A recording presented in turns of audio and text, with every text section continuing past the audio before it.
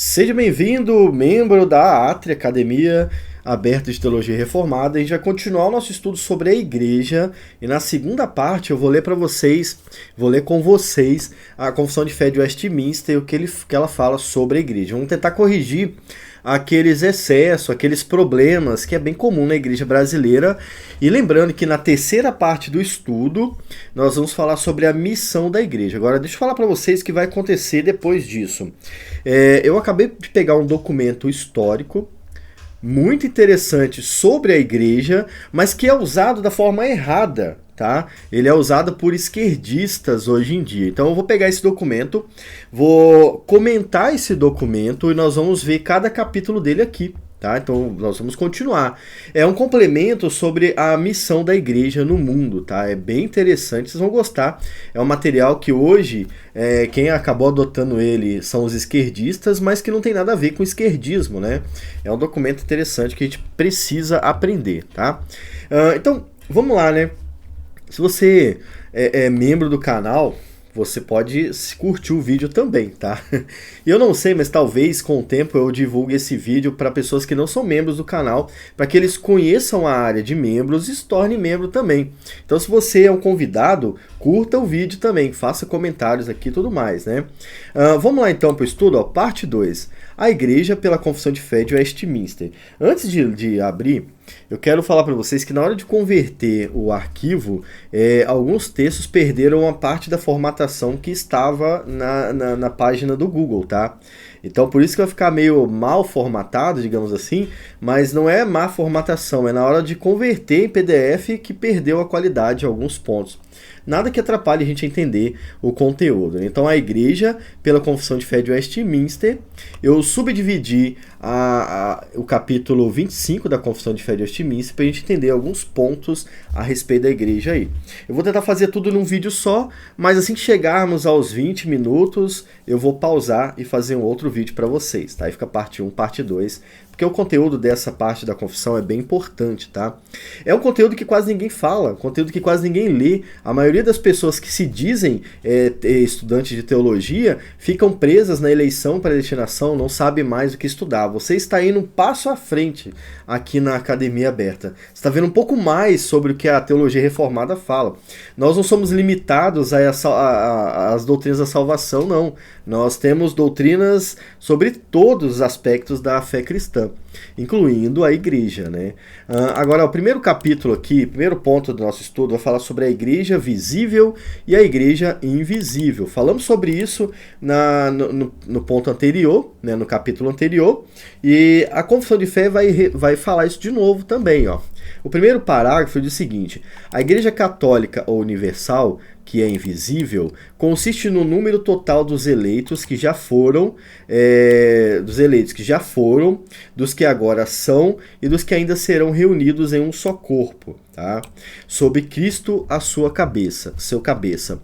Ela é, aqui a igreja, a esposa, o corpo, a plenitude daquele que cumpre tudo em todas as coisas. Essa igreja invisível formada por aqueles eleitos que já foram no passado, agora são nós, nesse caso, e que no futuro serão reunidos em um só corpo. Quando fala reunidos em um só corpo, está falando da igreja mesmo do reino de Deus, tá? O nosso corpo é a reunião de pessoas. Quando nos reunimos, estamos formando o corpo de Cristo, baseado no texto de Paulo, tá? E esse Cristo aqui é o cabeça da igreja. Então isso já responde mais uma outra questão, né, que eu vou tratar mais para frente. A igreja invisível ou universal é a igreja que é formada por todas as pessoas em todos os tempos. Aí aqui nós temos o termo católica, né? Como assim? A Confissão de Fé estava falando da Igreja Católica Romana? Não. A Confissão de Fé está falando da Igreja verdadeira de Cristo, que não é católica romana. O termo católica entra aqui como universal. Católica significa universal, que está em todos os lugares, entende? Então por isso, aqui não está falando da Igreja Católica Romana, não. Está falando da Igreja invisível.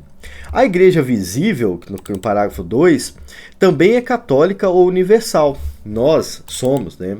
Como vocês vão ver depois, quando eu terminar de comentar o documento, a ideia era que todas fossem, mas aí há várias divisões da igreja que deveria ser católica ou universal.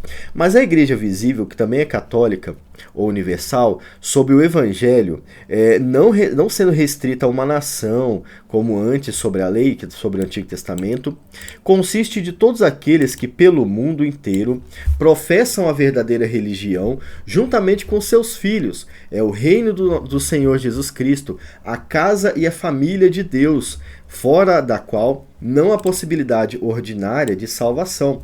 Aí tem 2 pontos polêmicos aqui. Fora da igreja não há possibilidade de salvação, quem fala isso são os católicos romanos. Mas o católico romano fala que fora da igreja católica romana não há salvação, entende? É dentro da seita deles que tem salvação. Essa é a diferença. Nós falamos que fora do reino de Deus não há salvação. Se você não pertence ao corpo de Cristo de alguma maneira, você não é salvo ainda. A própria salvação nos impulsiona a nos reunirmos como irmãos, assim como aconteceu no primeiro século, assim como o Antigo Testamento demonstra, uma nação reunida sob a autoridade de Deus. Então isso tudo demonstra que você é cristão. O desejo de ser inserido no reino de Deus é um desejo que pertence a pessoas que são salvas pelo Evangelho. Agora aqui, ela não está falando que só tem salvação na igreja presbiteriana, nem na batista ou na assembleia, não. Está falando sobre a verdadeira religião. A igreja que prega a verdadeira fé, aquela que é baseada na Bíblia, e não no desejo de alguém, e não na ideia de outra pessoa, fulano de tal, enfim. Esta igreja que prega a Bíblia do jeito certo, ela representa o reino de Deus na terra. Então você tem o desejo de fazer parte. Entende? É por isso que eu falei que é muito perigoso não querer estar em uma igreja, tá? É um sinal ruim. Você precisa tomar cuidado com isso. Você precisa desejar estar na igreja. Entende? Aqueles são seus irmãos.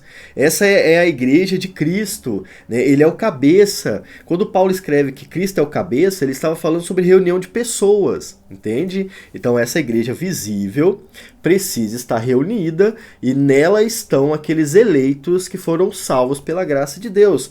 Ah, eu me considero eleito, mas eu não quero ir para a igreja. Não, alguma coisa está errada. Né? Alguma coisa está acontecendo em você precisa tratar isso e voltar a congregar com seus irmãos. Eles são seus irmãos. Aqueles caras que vão passar a vida inteira com você. A vida inteira nada, a vida eterna com você. Entende? Então a igreja visível é falada aqui na Confissão de Fé de Westminster, introdução a respeito do tema, formada pela igreja invisível, todos eleitos de todos os tempos, do presente, passado, futuro, e aquela igreja que se reúne toda semana aí no seu bairro, que prega a Bíblia, né, que prega a religião verdadeira. Ela também é representante da igreja que é universal, no sentido que falamos aqui. Aqui tem alguns pontos que eu levantei, mas eu já falei sobre eles, mas que perderam a formatação, tá vendo? Então nós vamos passar para o próximo ponto aqui. Quem dita o culto cristão? Quem é o cara que define o que vai acontecer na igreja? É o pastor? É o membro mais antigo da igreja que fala? Não. É o que eu sinto? É o que eu desejo? É o que eu vi fazendo por aí afora? Não. O capítulo 25, o parágrafo 3º, vai mostrar para vocês que não é o homem que define o culto. Não é o líder que teve um sonho que define o culto. Muito menos o líder que quer ser socialmente aceito e por isso aceita determinadas coisas que vão contra a vontade de Deus, né? Não é ele que define o culto. Quem define o culto é o cabeça da igreja. Quem é o cabeça da igreja? No parágrafo 3, ó. A essa igreja católica visível, Cristo deu o ministério, os oráculos e as ordenanças de Deus. Então vou deixar marcado Cristo aqui. Para a congregação e aperfeiçoamento dos santos, nessa vida até o fim do mundo, e pela sua própria presença e pelo seu Espírito, os torna eficiente para esse fim, segundo a sua promessa. Então a Confissão de Fé de Westminster vai lembrar que quem dita as regras na igreja é Cristo. É Ele quem fala, é Ele quem manda na igreja. Aí eu coloquei aqui o texto de 1 Coríntios 12, né, que poucas vezes é lembrado. A maioria das pessoas vem a 1 Coríntios 12 para falar sobre dons, né? E o texto está falando sobre reunião de pessoas. O texto de 1 Coríntios 12, 13 e 14 é sobre pessoas que se reúnem em 4 paredes para adorar a Deus. Já parou para pensar sobre isso? E aí você, agora que eu falei para você, você pode voltar no texto e ler todo ele para entender o que Paulo está falando sobre congregar. Inclusive o capítulo 14 é mais direto ao assunto do que o 12 e o 13. Mas é importante ler tudo, né? Mas lá no capítulo 12, 11 e 12, Paulo escreveu o seguinte: mas um só e o mesmo Espírito opera todas estas coisas, repartindo particularmente a cada um como quer. Os dons, né? Porque assim como o corpo é um e tem muitos membros, você vê que reunião de pessoas como se fosse um corpo, e todos os membros deste corpo, sendo muitos, são um só corpo, assim é Cristo também. É por isso que quando a gente se reúne, nós falamos que o corpo de Cristo está formado. A igreja, as pessoas reunidas em um ponto formam o corpo, e Cristo, que está presente na igreja, é o cabeça da igreja, aquele que dita as regras, aquele que fala, aquele que nos ensina. Por isso é importante se reunir, né? Agora, se o seu pastor está ditando as regras sem base bíblica, você não está numa igreja verdadeira. Se os membros da sua igreja estão tendo sonhos e visões que não batem com a Bíblia, você não está numa igreja verdadeira. Entendeu? É importante lembrar que há igrejas e há a igreja verdadeira. Você precisa procurar a igreja verdadeira, tá? Quem dita o culto cristão? Cristo, e pela sua palavra. Obviamente, a edificação da igreja acontece por meio dos ministérios dados por Jesus. Se dá por meio da palavra, que é o ensino bíblico, tá? Tem que ter ensino bíblico na igreja. Se não tiver ensino bíblico, não é igreja verdadeira, tá? E também pelos sacramentos, que nós reconhecemos apenas 2 sacramentos, diferente do catolicismo, que reconhece uns 8, sei lá quantos, toda hora muda alguma coisa naquela igreja, né? Mas o sacramento do batismo e da Santa Ceia do Senhor são sacramentos pelos quais Deus nos abençoa. Você não vai participar de uma ceia sem estar na igreja. E isso era comum no primeiro século. As pessoas se reuniam para a ceia, como nós vimos no primeiro estudo, tá? Ali em Atos você tem essa descrição aí completa. Eu coloquei aqui Mateus 26, Mateus 28, 1 Coríntios 10, 17. Era uma coisa comum na reunião de pessoas, a ceia do Senhor, tá? O batismo, nem preciso falar, né? Para você se tornar membro da igreja, você tem que ser batizado. Assim como aconteceu no primeiro século, né? A primeira vez que foi batizado no primeiro século foi 3.000 pessoas batizadas, né? A partir da vinda de Jesus, do Espírito Santo, claro. Nós tivemos ainda o batismo lá de João Batista, que também foi uma porrada de gente. Então o batismo é essencial para a igreja cristã. Se você não é batizado ainda, deveria se preocupar. Você está perdendo essa bênção aqui, tá? É o meio pelo qual o Espírito Santo edifica a sua igreja, tá? E é interessante que muitas igrejas buscam uma edificação mística e espiritual, mas não passam pela palavra de Deus, né? Ó, não passam pela palavra. Eles rejeitam a edificação que vem da palavra e procuram uma edificação que a Bíblia não manda procurar. Essa igreja não é a igreja de Cristo, tá? É isso que você tem que entender. Então, pela assistência do Espírito Santo também, quando ele nos ensina a palavra de Deus, quando ele direciona a nossa vida, que é o Espírito que direciona a sua vida, tá? Você não é livre no sentido de fazer o que quer. Não, você está fazendo o que o Espírito de Deus te faz fazer. É claro que tudo isso de forma positiva, claro, mas é Ele quem manda, né? Ele quem faz a gente fazer as coisas. Veja que é uma união mística que envolve menos eventos sobrenaturais, como cura e cantalabacheiras, mas envolve eventos sobrenaturais, como, por exemplo, ler a Bíblia, interpretar a Bíblia, falar para outras pessoas sobre a Bíblia. São eventos sobrenaturais genuínos, né? E as pessoas que não são salvas não buscam esses eventos também, tá? Agora, aqueles que são salvos buscam os eventos genuínos. Ceia do Senhor, a assistência do Espírito Santo na compreensão, na direção, né? O batismo, o ensino bíblico, são coisas que fazem parte do povo de Deus, né? Agora, você consegue imaginar o que Paulo fala em 1 Coríntios 12, sendo aplicado a pessoas que não se reúnem na igreja? Não tem como. Os desigrejados, eles não estão dentro da igreja, nem da igreja invisível e nem da visível, porque nunca foi assim. O desigrejado, talvez ele até seja salvo. Sendo salvo, ele é um preguiçoso. Ele precisa entender que ele não é chamado à preguiça, ele não é chamado à vergonha, que é ficar distante, ele é chamado à união pelo Espírito Santo. Tá? Então, se ele for salvo, ele vai voltar uma hora ou outra. Se ele não for salvo, ele vai falar que é crente agora. Daqui a 2 anos, ele é agnóstico, ele é macumbeiro, alguma coisa, que é o que acontece geralmente, né? 5 minutos, deixa eu ver o que está faltando aqui. 5 minutos, a gente vai falar sobre o que torna a igreja santa, né? Aqui, ó, o que torna a igreja santa, 4º parágrafo. Depois eu vou gravar o restante para vocês, vamos dividir em 2 partes. O que torna a igreja santa, né? Para os assembleianos, dom de línguas torna a igreja santa. Não. Né? Para os liberais, a aceitação de todas as pessoas torna a igreja santa. Não. Né? Mesmo que você não seja... a Bíblia não ensina você a rejeitar ninguém, mas não é no sentido dos liberais. Os liberais aceitam tudo de qualquer jeito como se fosse santo. Não é assim também que funciona. O que torna a igreja santa? Né? A confissão, no parágrafo 4, vai falar o seguinte: essa igreja católica tem sido ora mais, ora menos visível. As igrejas particulares que são membros dela são mais ou menos puras, conforme nelas é, com mais ou menos pureza, ensinado e abraçado o Evangelho, administrado as ordenanças e celebrado o culto público. Então, o que torna a igreja santa? Ensinado o Evangelho. Ensinar a Bíblia faz a igreja mais santa, tá?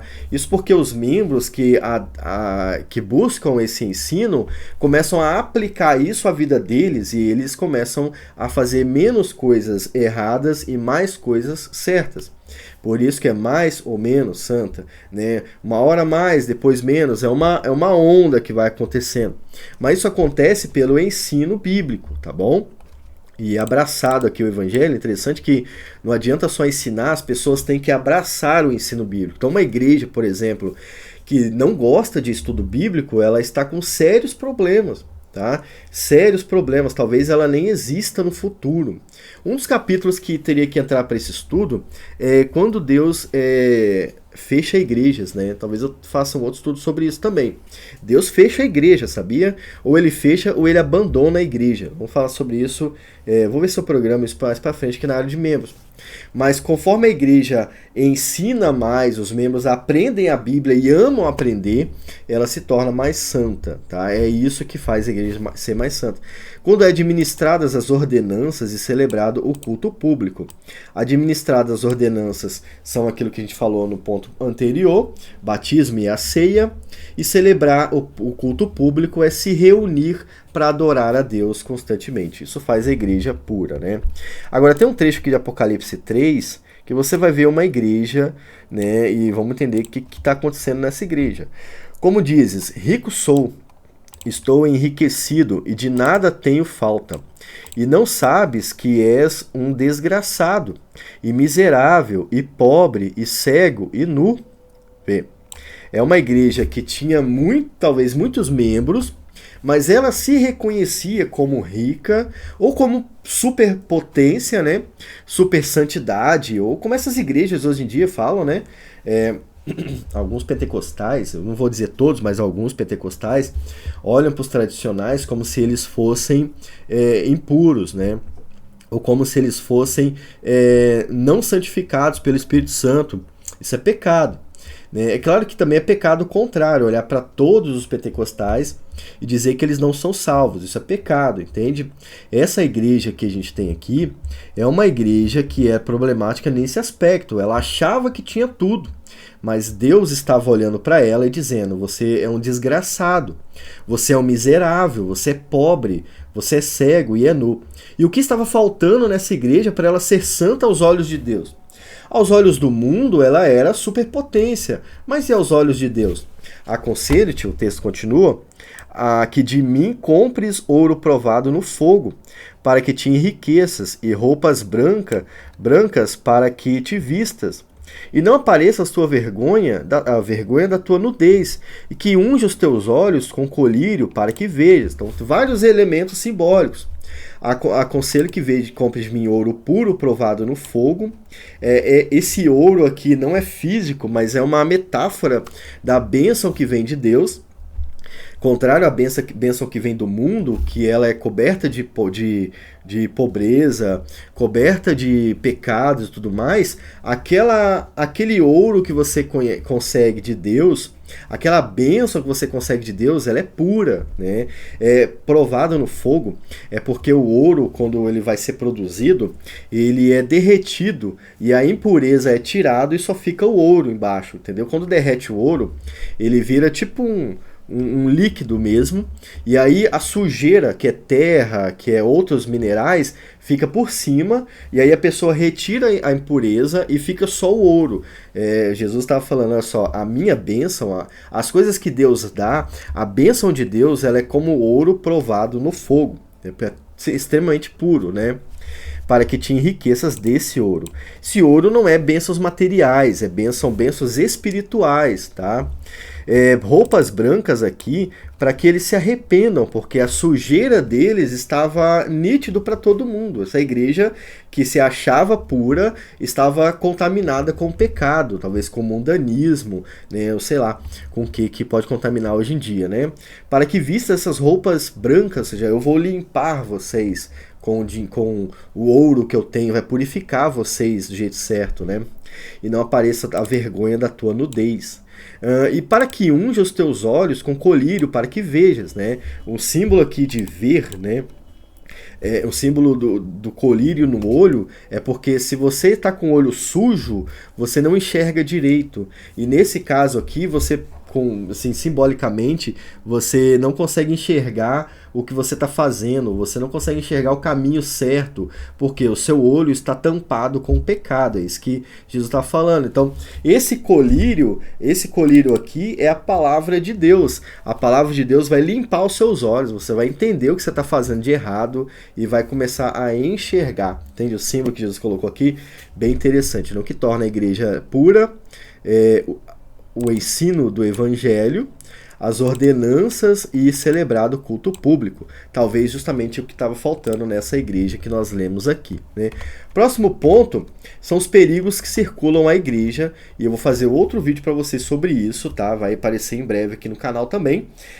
Desde já agradeço vocês por assistirem. Fique com Deus, e eu não vou parar não, eu vou parar esse vídeo, vou gravar outro vídeo aqui para o nosso canal. Então eu peço que vocês colaborem com o canal, porque tem muita coisa para falar. Há necessidade de falar sobre muitas coisas no YouTube que pouca gente tem falado, e eu vou fazer isso, né? Então espero que vocês me ajudem também. Fique com Deus, tchau!